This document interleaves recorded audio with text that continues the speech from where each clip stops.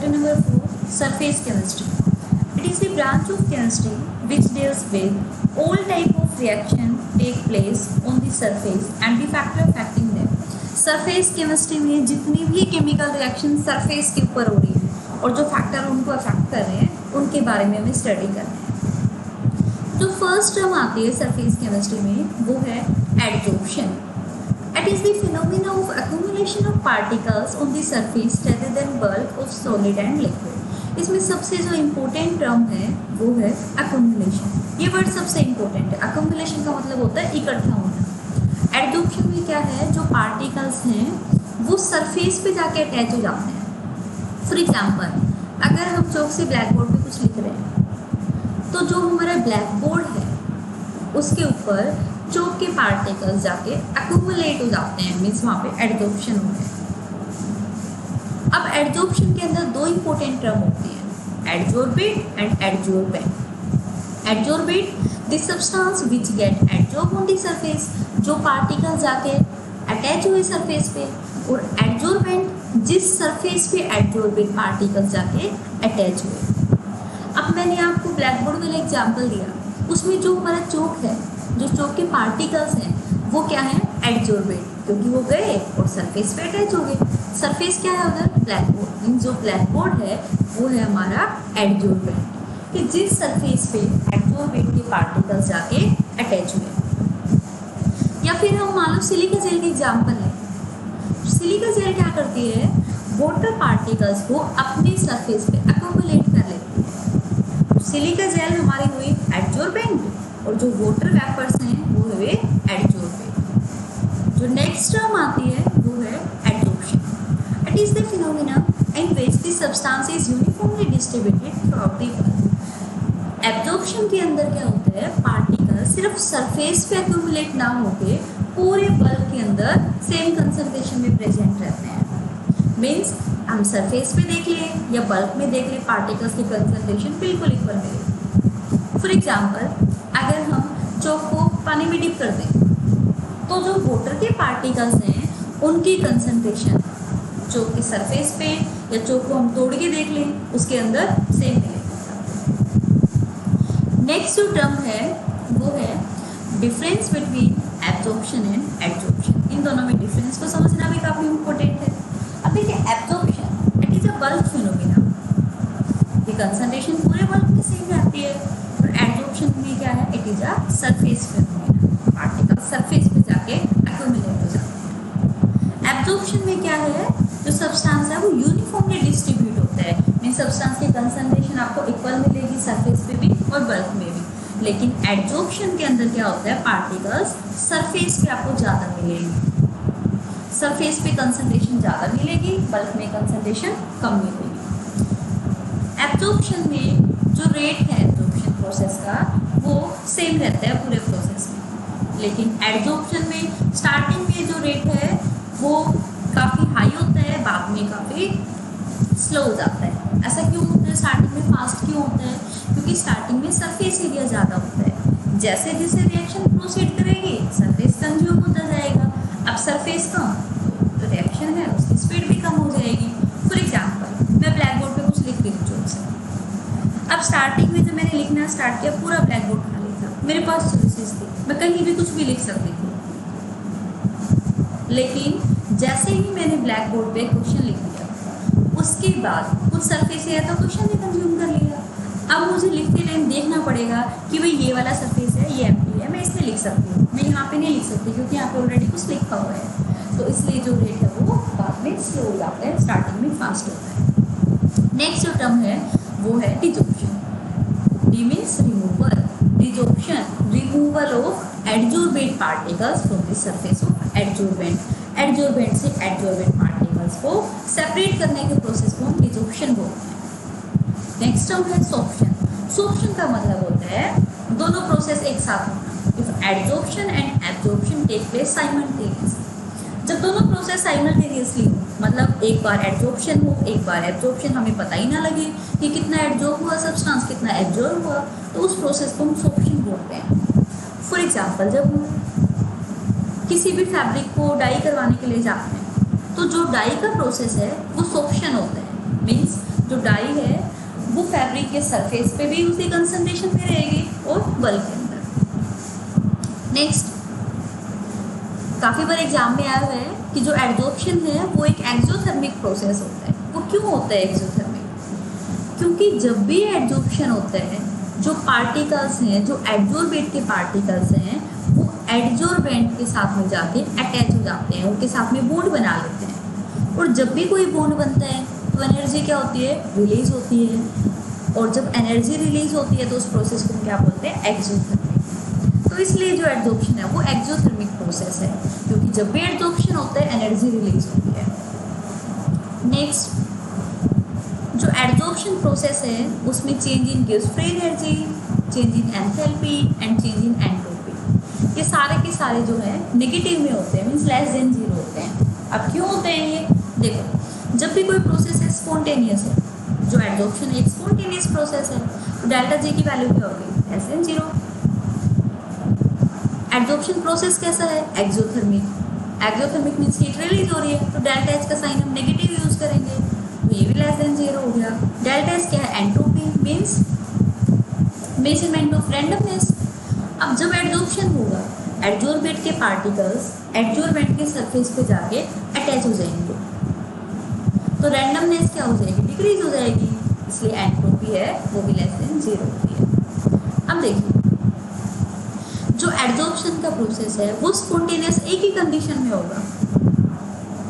क्या कंडीशन है वो? देखो, हमने थर्मोडायनेमिक्स में रिलेशन पढ़ा था, delta G is equal to delta H minus T delta H. Spontaneous होने के लिए प्रोसेस में डेल्टा जी की वैल्यू क्या चाहिए? नेगेटिव। हमें पता है डेल्टा एच की वैल्यू नेगेटिव होती है, डेल्टा एच की वैल्यू नेगेटिव और ये वाला नेगेटिव क्या हो जाएगा? पॉजिटिव। अब जो डेल्टा एच का साइन है वो डिपेंड करता है डेल्टा एच की वैल्यू पे। अगर जो मैग्नीट्यूड ऑफ डेल्टा एच इस कंप्लीट वैल्यू से ग्रेटर होगा, अगर ये ग्रेटर है टी डेल्टा एच से, तो साइन हमारा नेगेटिव आएगा, प्रोसेस स्पॉन्टेनियस हो जाएगा, अदरवाइज प्रोसेस नॉन स्पॉन्टेनियस हो जाएगा। जो नेक्स्ट टॉपिक है वो है टाइप ऑफ एडजॉर्प्शन। एडजॉर्प्शन दो टाइप का होता है, फिजिकल एडजॉर्प्शन जिसको हम फिजिजॉर्प्शन भी बोल देते हैं, एंड केमिकल एडजॉर्प्शन जिसको हम केमिजॉर्प्शन भी बोलते हैं।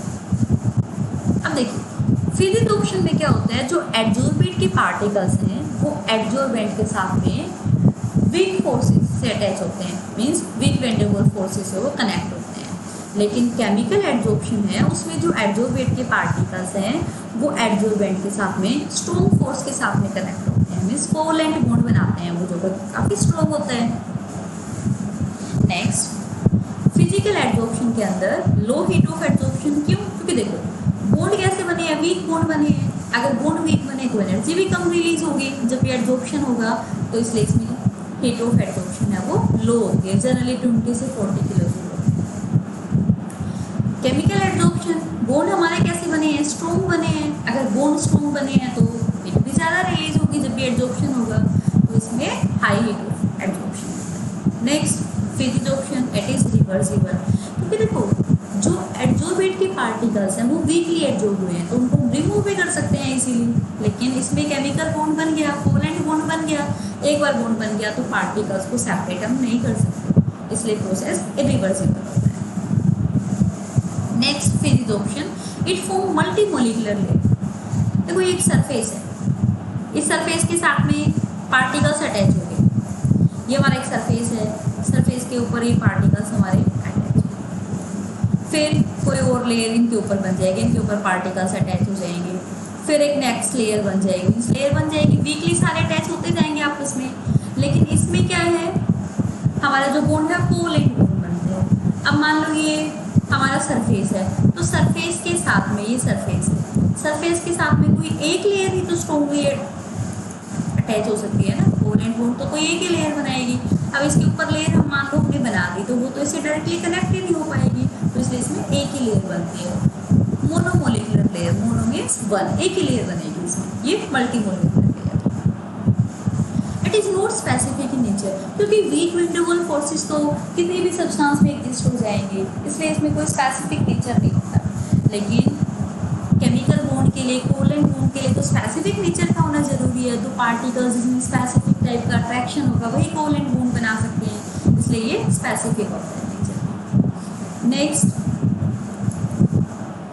वीक फोर्सेज होते हैं, इसलिए no need of activation energy. इसमें बहुत स्ट्रॉन्ग बनते हैं तो एक्टिवेशन एनर्जी की भी रिक्वायरमेंट होती है। नेक्स्ट, दोनों ही चाहे फिजिकल एडजॉर्प्शन है या केमिकल एडजॉर्प्शन है, सरफेस एरिया के डायरेक्टली प्रोपोर्शनल होते हैं, क्योंकि एडजॉर्प्शन हमारा एक सरफेस फिनोमेना होता है। तो जैसे जैसे सरफेस एरिया इंक्रीज होगा, फिजिकल एडजॉर्प्शन भी इंक्रीज होता है और केमिकल एडजॉर्प्शन भी इंक्रीज होता है। ये दोनों में सिमिलरिटी आप बोल सकते हो। नेक्स्ट, जो फिजिकल एडजॉर्प्शन है वो टेम्परेचर के साथ में डिक्रीज होता है। जैसे जैसे हम टेम्परेचर को इंक्रीज करेंगे, जो बॉन्ड है वो वीक होता जाएगा, पार्टिकल्स रिमूव होते जाएंगे सरफेस से, तो इसलिए ये टेम्परेचर के साथ में, देखो आप देख सकते हो इस ग्राफ में ये डिक्रीमेंट हो रहा है। लेकिन केमिकल एडजॉर्प्शन में क्या होता है, स्टार्टिंग में तो हम जैसे जैसे टेम्परेचर को इंक्रीज करेंगे, एडजॉर्प्शन है वो इंक्रीज हो जाएगा और बाद में एडजॉर्प्शन है वो एक पर्टिकुलर स्टेज पे जाकर डिक्रीज होना स्टार्ट हो जाता है। हमारा नेक्स्ट टॉपिक है फैक्टर अफेक्टिंग एडजॉर्प्शन। फर्स्ट है surface area of adsorbent. Larger is the surface area, greater is the extent of adsorption. Surface area जितना ज़्यादा होगा, एडजॉर्प्शन उतना ही ज़्यादा होगा, क्योंकि एडजॉर्प्शन सरफेस एरिया पे डिपेंड करता है। Smaller is the size, greater is the surface area. So finely divided particles more strongly adsorb as compared to larger size particles. अब आपके माइंड में एक बात आई होगी कि ऐसा कैसे हो सकता है, अगर पार्टिकल का साइज स्मॉल है तो सरफेस एरिया ज़्यादा होगा। देखो मैंने एक एग्जांपल आपको दिखाया है यहाँ पे, ये सरफेस है, मैंने एक एग्जांपल लिया, इसमें कोई भी पार्टिकल्स है, कहाँ कहाँ अटैच हो सकता है। देखिए सरफेस को करूँ, दिस वन 1 2 3 4 5 6 7 एंड 8। इसमें जो 8 सरफेस ऐसे हैं जहाँ पे पार्टिकल्स जाके अटैच हो सकते हैं। अब मैंने इसको फाइनली डिवाइडेड कर दिया, मैंने इसको क्या किया, यहाँ से कट कर दिया इसको बीच से।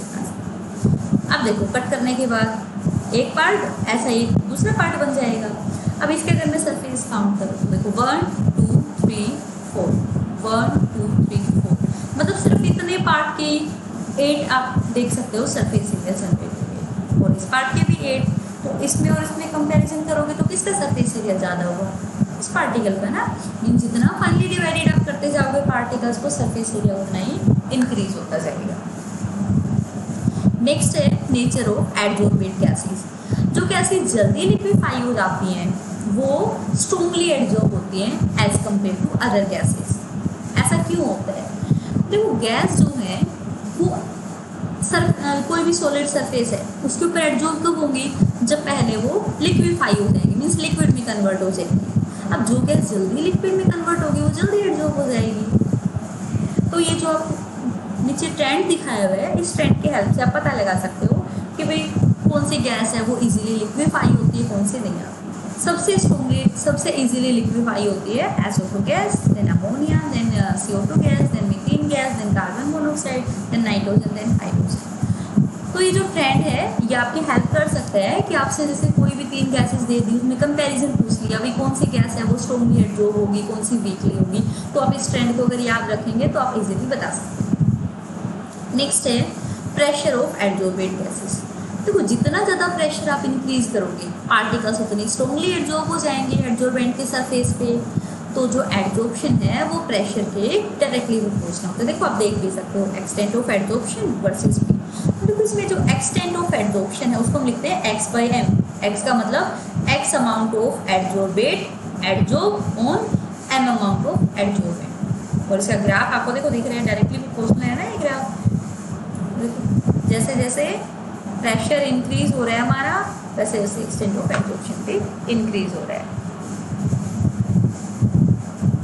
तो नेक्स्ट टर्म है वो है एडजॉर्प्शन आइसोथर्म। देखो आइसोथर्म का मतलब होता है टेम्परेचर कांस्टेंट। अगर हम रख दे तो उसको आइसोथर्म बोलते हैं व्हेन टेम्परेचर रिमेन्स कांस्टेंट। तो एडजॉर्प्शन आइसोथर्म क्या होता है, the graph between extent of adsorption versus pressure at constant temperature. अगर हम ग्राफ प्लॉट करते हैं, किसके बीच में ग्राफ प्लॉट करते हैं, एक्सटेंट ऑफ एडजॉर्प्शन और प्रेशर के बीच में, जैसे हमने ऊपर ग्राफ प्लॉट किया है। एक्स बाय एम और पी। अगर हम इसमें एक पर्टिकुलर टेम्परेचर लेके चलते हैं, टेम्परेचर को कॉन्स्टेंट कर देते हैं, तो इस ग्राफ को हम क्या बोलते हैं, एडजॉर्प्शन आइसोथर्मल।